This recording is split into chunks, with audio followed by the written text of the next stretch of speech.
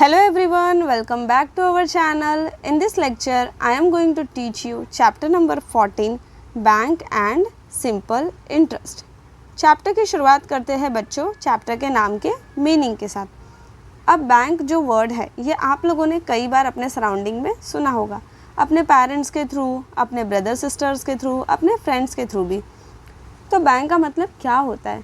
Bank एक government के through बनाया गया ऑर्गेनाइजेशन है। क्या है?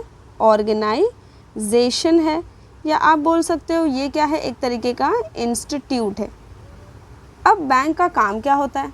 तो बैंक हमारे लिए बहुत सारे काम करती है। बैंक हमारे पैसों को जमा करके रखती है, बैंक हमारे पैसों का ट्रांजैक्शन करती है।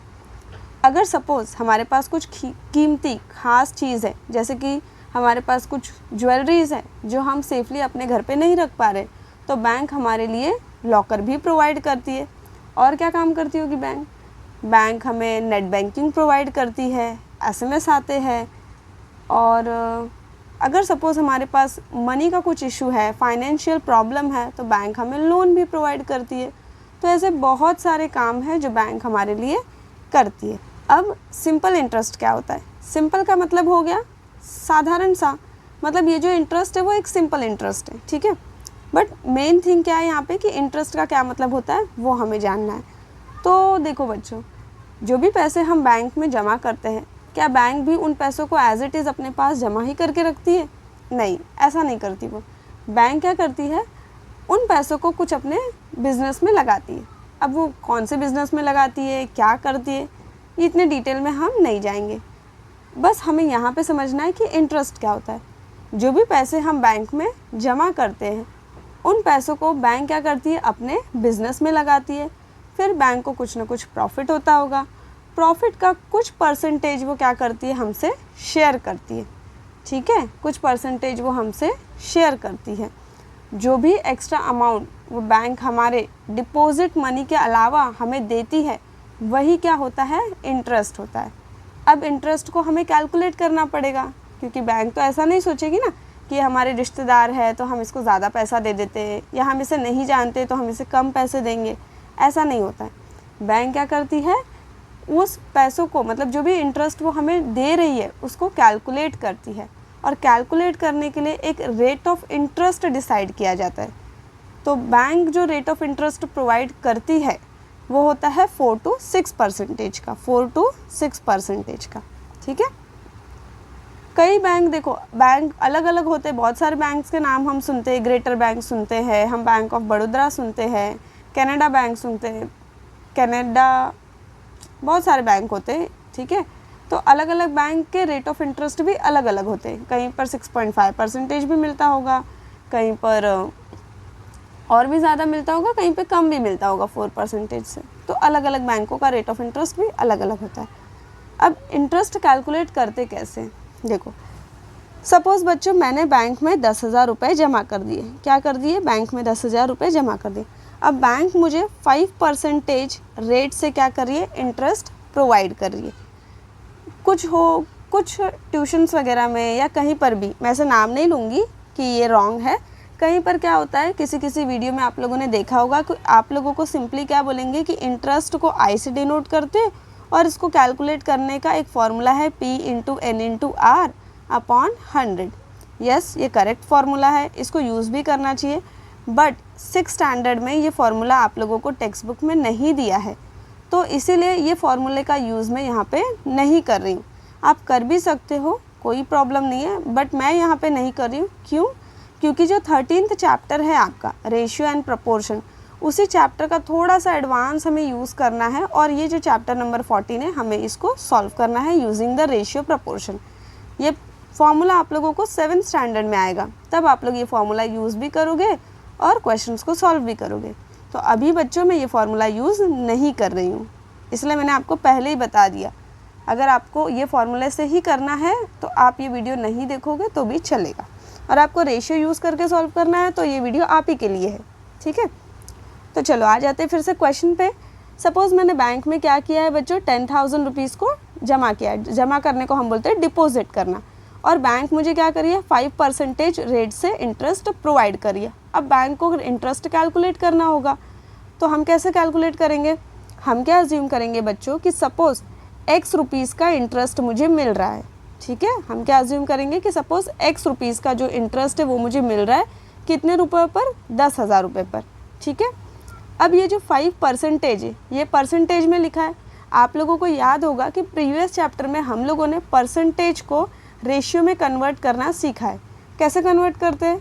जब भी मैं परसेंटेज का साइन रिमूव करूँगी क्या होगा, डिनोमिनेटर में 100 आ जाएगा। मैंने ये परसेंटेज का साइन क्या किया बच्चों, रिमूव कर दिया, तो मैं इसको लिख सकती हूँ 5/100। अब देखो मैंने यहाँ पे परसेंटेज का साइन लगाया है क्या, नहीं लगाया। जैसे ही परसेंटेज का साइन रिमूव किया डिनोमिनेटर में क्या आ गया, 100 आ गया। इज इक्वल का साइन लगा देती हूँ।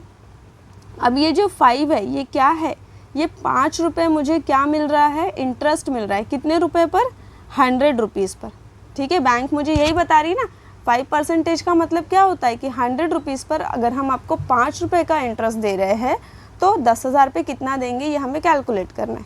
तो न्यूमरेटर में क्या लिखा है बच्चों, इंटरेस्ट लिखा है। तो 10,000 पे जो इंटरेस्ट है उसको हम लोगों ने x अज्यूम किया है, तो हम यहाँ पे x लिख देते हैं न्यूमरेटर में, और डिनोमिनेटर में 100 लिखा है। 100 क्या है, 100 हमारा डिपॉजिट अमाउंट है। तो कितने जमा किए मैंने, 10,000 रुपये जमा किए। अब इसको कैसे फाइंड आउट करेंगे, अब हम यहाँ पे क्रॉस मल्टीप्लिकेशन करेंगे। देखो इस तरीके से क्रॉस मल्टीप्लाई करेंगे, ठीक है। तो यहाँ लेफ्ट हैंड साइड में क्रॉस मल्टीप्लाई करती हूँ। x को मैं मल्टीप्लाई कर दूंगी 100 से, इक्वालिटी का साइन एज इट इज़। 10,000 को मैं मल्टीप्लाई कर दूंगी 5 से। अब यहाँ पे बच्चों मुझे x फाइंड आउट करना है, ठीक है, मुझे x फाइंड आउट करना है। तो ये जो 100 है इसको मुझे क्या करना होगा, रिमूव करना होगा, यहाँ से मुझे हटाना है। तो क्योंकि जो 100 है वो x के साथ मल्टीप्लिकेशन में, और मल्टीप्लिकेशन का रेसिप्रोकल क्या होता है, डिवीजन होता है। तो जब मैं 100 को राइट साइड में शिफ्ट करूँगी तो वो क्या होगा, डिवाइड हो जाएगा। Therefore x is equal to क्या हो जाएगा, 10,000 मल्टीप्लाई बाय 5 डिवाइड बाय 100। क्यों डिवाइड हुआ आप लोगों को समझ में आया ना, क्योंकि वो मल्टीप्लिकेशन में था लेफ्ट हैंड साइड, इसलिए जब मैंने राइट हैंड साइड शिफ्ट किया तो वो डिवाइड हो गया। अब ये 2 0 से कैंसिल हो गए। So therefore x is equal to क्या बचा, 100 मल्टीप्लाई बाय 5 बचा।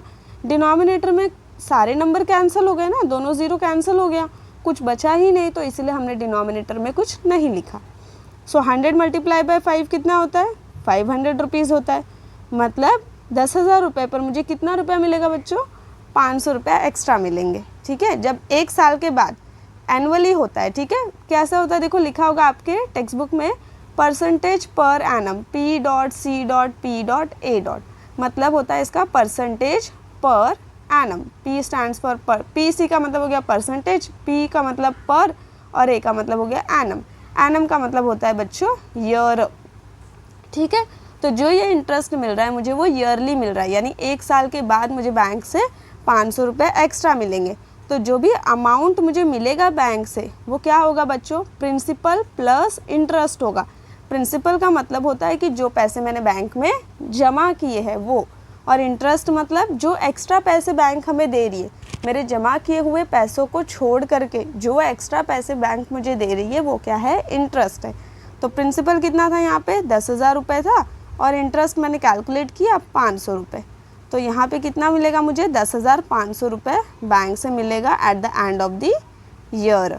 सो आई होप कि आपको समझ में आया होगा कि इंटरेस्ट का मतलब क्या होता है, और बैंक का मतलब तो मैंने आपको स्टार्टिंग में समझा दिया, ठीक है।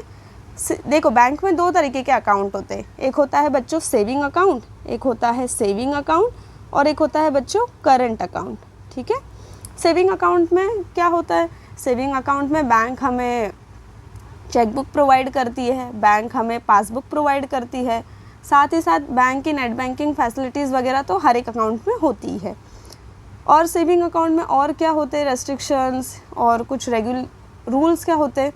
तो सेविंग अकाउंट में हम जितने भी नंबर ऑफ़ टाइम्स चाहे पैसों को जमा कर सकते हैं एक दिन के अंदर, 10 बार 15 बार, आपकी जितनी मर्ज़ी हो, आप जाके जितनी बार आपको पैसे जमा करने हैं आप बैंक में जाके पैसे जमा करा सकते हो।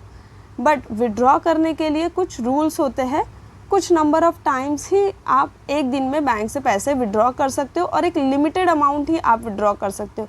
ऐसे नहीं है कि एक दिन में आपको इतना चाहिए और आप सारे के सारे पैसे निकाल लो बैंक से, ऐसा नहीं होता है, ठीक है। देन करंट अकाउंट का मतलब क्या होता है, करंट अकाउंट में बच्चों इंटरेस्ट जो है वो नहीं मिलता है, ठीक है। करंट अकाउंट में इंटरेस्ट नहीं मिलता है। क्यों? क्योंकि करंट अकाउंट का रूल्स क्या है कि आपको जब भी चाहिए आप पैसे डिपॉजिट कर सकते हो बैंक में, आपको जब चाहिए पैसे आप बैंक से निकाल भी सकते हो। मतलब आप any number of times bank में मनी डिपॉजिट कर सकते हो, मनी विड्रॉ कर सकते हो, ठीक है। पैसे निकालने का मतलब होता है विड्रॉ करना, और पैसे डिपॉजिट करने का मतलब होता है पैसों को जमा करना। और भी कुछ अलग अलग टाइप के अकाउंट होते हैं। एफडी होता है, फिक्स्ड डिपॉजिट होता है, ठीक है। फिक्स्ड डिपॉजिट होता है जिसको हम शॉर्टकट में क्या बोलते हैं, एफडी बोलते हैं, ठीक है। एफडी में क्या होता है कि हम एक पर्टिकुलर अमाउंट फिक्स कर देते हैं बैंक में। यहाँ पे कुछ रेट ऑफ इंटरेस्ट जो होता है एफडी में थोड़ा सा ज़्यादा होता है as comparing to saving account. और एफडी में एक बार हमने पैसों को फिक्स कर दिया तो हम उन पैसों को फिर से निकाल नहीं सकते, और अगर हमें वो पैसे कुछ ऐसे इश्यूज़ आ गए हमें चाहिए बैंक से, तो उसके भी कुछ अलग से रूल होते हैं बैंक के पास। तो और एक होता है बच्चों रिकरिंग डिपॉजिट अकाउंट, ठीक है। रिकरिंग डिपॉजिट अकाउंट होता है, RDA समथिंग कुछ होता है, ठीक है। रिकरिंग डिपॉजिट होता है।